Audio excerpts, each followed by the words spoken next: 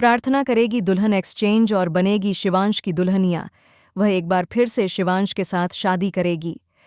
जी हाँ दोस्तों, कुमकुम भाग्य का आने वाला ट्विस्ट बहुत ही ज़बरदस्त होने वाला है। कहानी में आप देख रहे हैं कि अब सोनालिका और शिवांश की शादी फिक्स हो चुकी है। दरअसल बुआ माँ पंडित जी को बुलाती हैं और तय करती हैं कि शिवांश और सोनालिका की शादी हो जाएगी।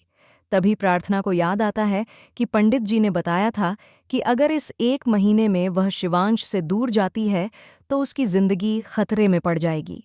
इसके बावजूद भी बुआ माँ प्रार्थना को घर से निकालने के लिए जल्द से जल्द यह शादी करवाना चाहती हैं।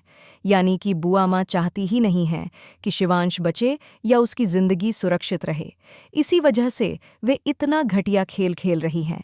जी हाँ, बुआ माँ यहाँ पर शिवांश की जिंदगी की सबसे बड़ी विलन साबित हो रही है। प्रार्थना उन्हें एक्सपोज करती है और बताती है कि यह सब तुम्हारी वजह से है। वह कहती है, जानती हूँ कि आपकी जिंदगी खतरे में है, बस मैं 1 महीना यहाँ रुकूंगी, उसके बाद चली जाऊंगी। लेकिन अगर इस 1 महीने के अंदर मैं कहीं और चली गई तो आपकी जान चली जाएगी, जो मैं होने नहीं दूंगी। प्रार्थना यह भी कहती है कि मुझे मेरा आधा हिस्सा दे दीजिए, फिर मैं यहाँ से चली जाऊंगी। इस पर सोनालिका भी कहती है, ठीक है, हम दे देंगे तुम्हें, बस चली जाना। यानी कि प्रार्थना को उसका हक तो मिल जाएगा, लेकिन इसके साथ ही शिवांश उससे दूर हो जाएगा। और अगर वह उसकी जिंदगी से चली जाएगी तो कहीं शिवांश की जान खतरे में न पड़ जाए। इसी वजह से अब प्रार्थना वही करेगी जो शिवांश ने उसके साथ किया था। जी हाँ, दूल्हा एक्सचेंज।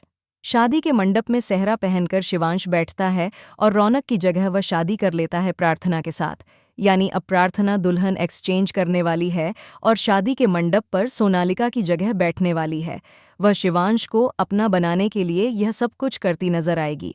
यानी शो में अब बहुत ही इंटरेस्टिंग मोड आ चुका है, क्योंकि शिवांश तो बुआ माँ के खिलाफ कुछ भी सुनना नहीं चाहता।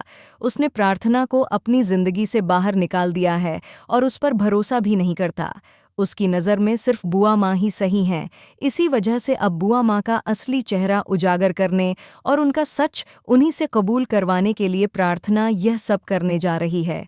शो भले ही ख़त्म होने की ओर हो, लेकिन इसकी हैप्पी एंडिंग होगी। और यह हैप्पी एंडिंग इसीलिए होगी क्योंकि शिवांश और प्रार्थना की दोबारा शादी होगी। इस बार शिवांश को बड़ा झटका लगेगा जब वह अपनी दुल्हनिया के रूप में प्रार्थना को देखेगा। दोस्तों, आप कितने एक्साइटेड हैं शो में आने वाले इस धमाकेदार ट्विस्ट को देखने के लिए? हमें कमेंट करके बताइए। और अगर आप चाहते हैं कि जल्द से जल्द प्रार्थना दुल्हन बनकर शिवांश से शादी कर लें, तो कमेंट और शेयर करना न भूलें।